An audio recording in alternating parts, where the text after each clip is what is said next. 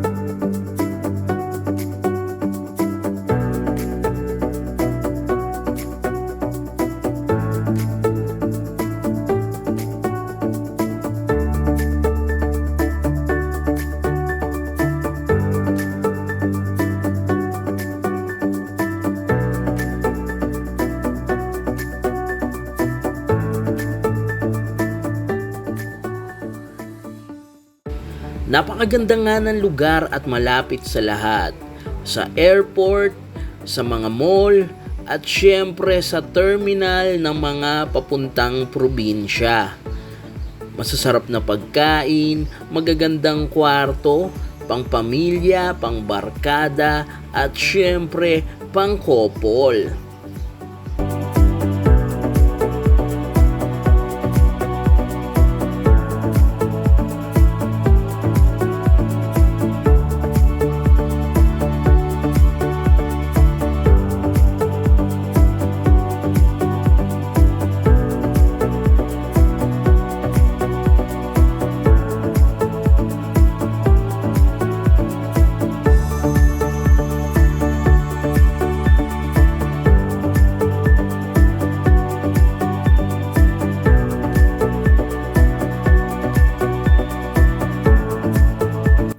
Alright guys, it's Tikiman time!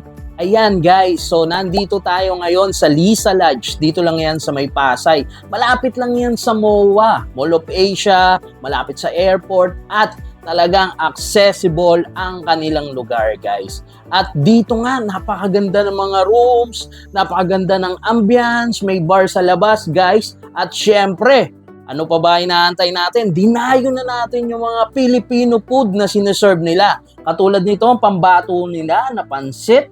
Ito daw ay mix ng bihon, sotanghon, tsaka kanton. Syempre, meron yan toppings na may egg. Ayan, merong hipon ako nakikita. At the same time, etong pork na lechong kawali.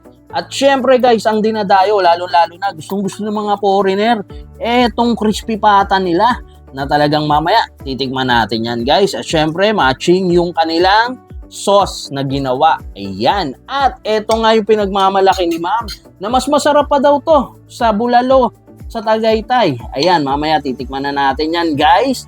At syempre may sisig, pork sisig na pang-couple yan guys ha. Good for two. So dito umpisahan ko na muna sa kanilang pansit guys. Ayan. So kuha muna ako nito. Ayan oh. Kita natin, daming toppings guys. Tikman na natin yan. Makita niyo yung pansit, oh, wow. Simulan ko na guys, ha. Ito. First bite.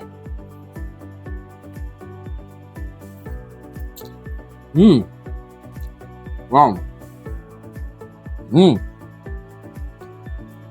Malasang-malasa yung pansit nila. At the same time, crunchy yung gulay. Perfect yung pagkakaluto. Hindi siya maalat, guys. Sa mga ganitong guys, talagang yung pagkakaluto, kung nasobrahan sa alat o hindi, eto perfect yung pagkakaluto. And talagang masasabi ko, tama yung sinabi ni ma'am na dinadayo talaga at bestseller tong pansit nila. And masarap na meat. Ayan. Tignan ko na rin with toppings dito. Lagyan natin ng toppings na may hipon. Ayan. And then may atay. Then samahan na natin ng egg. Yun oh. Let's go guys.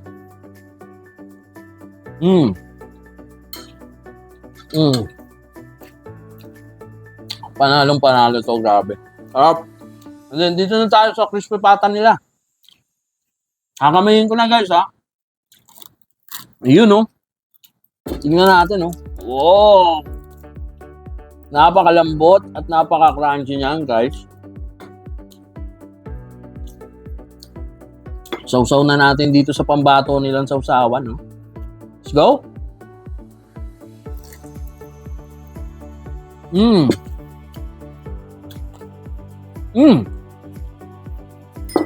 Masarap yung sausawan nila. At the same time, crispy pata nila, hindi masyadong mamantika.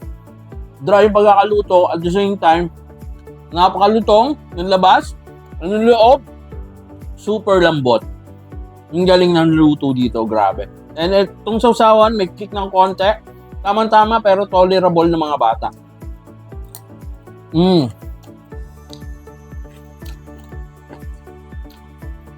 Pinoy taste talaga to and panalo. Dito na tayo sa kanilang yun oh, habang mainit yung sabaw. Kanilang bulalo guys.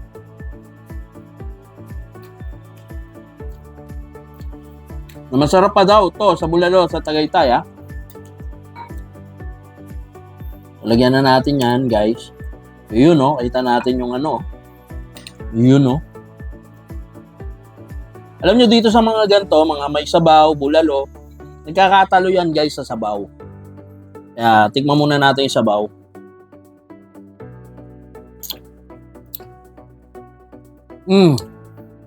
Wow. Sa sabaw pa lang, lasang-lasa mo na yung taste ng baka, yung flavor ng baka na ginamit. And dito mo talaga makikita to guys.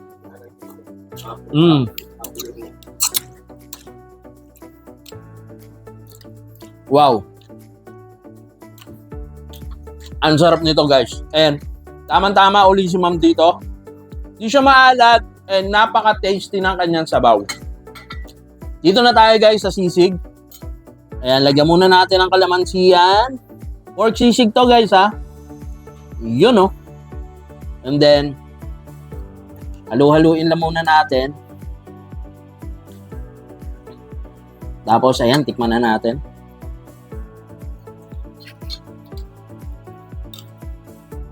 Let's do this.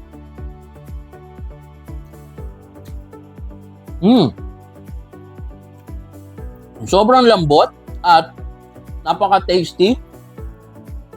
Sobrang yung combination niya ng egg and yung pork niya at yung mga sili niya pati sibuyas, sobrang nagko-complement siya dito. Tapos may crunchiness siya. Hindi mo mawawala dahil nakasisling siya. Sobrang solid nito. Grabe. So guys, dito, di ka lang magre-relax, mag-enjoy yung family, ang barkada.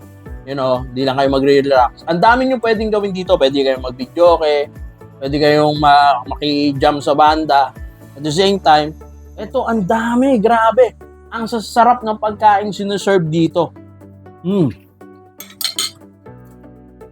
Sobrang namit. And syempre guys, meron din sila, yan oh, ang kabataan, lalo-lalo na ito. Gustong-gusto ng mga kabataan to, yung mga shake ngayon, mga milk tea na tinatawag, pero ito, mango shake guys. Ayun, tamang-tama to para sa mga teenagers yan, mga anak nyo. Pag nandito kayo pang family, sobrang solid. Tikman na natin to bago matunaw guys.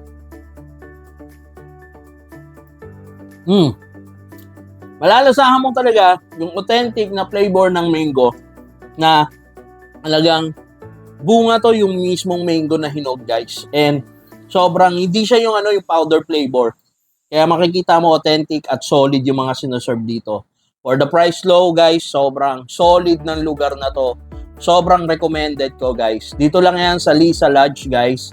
At the same time, kung kayo may inquire, hanapin nyo lang sila sa social media nila guys.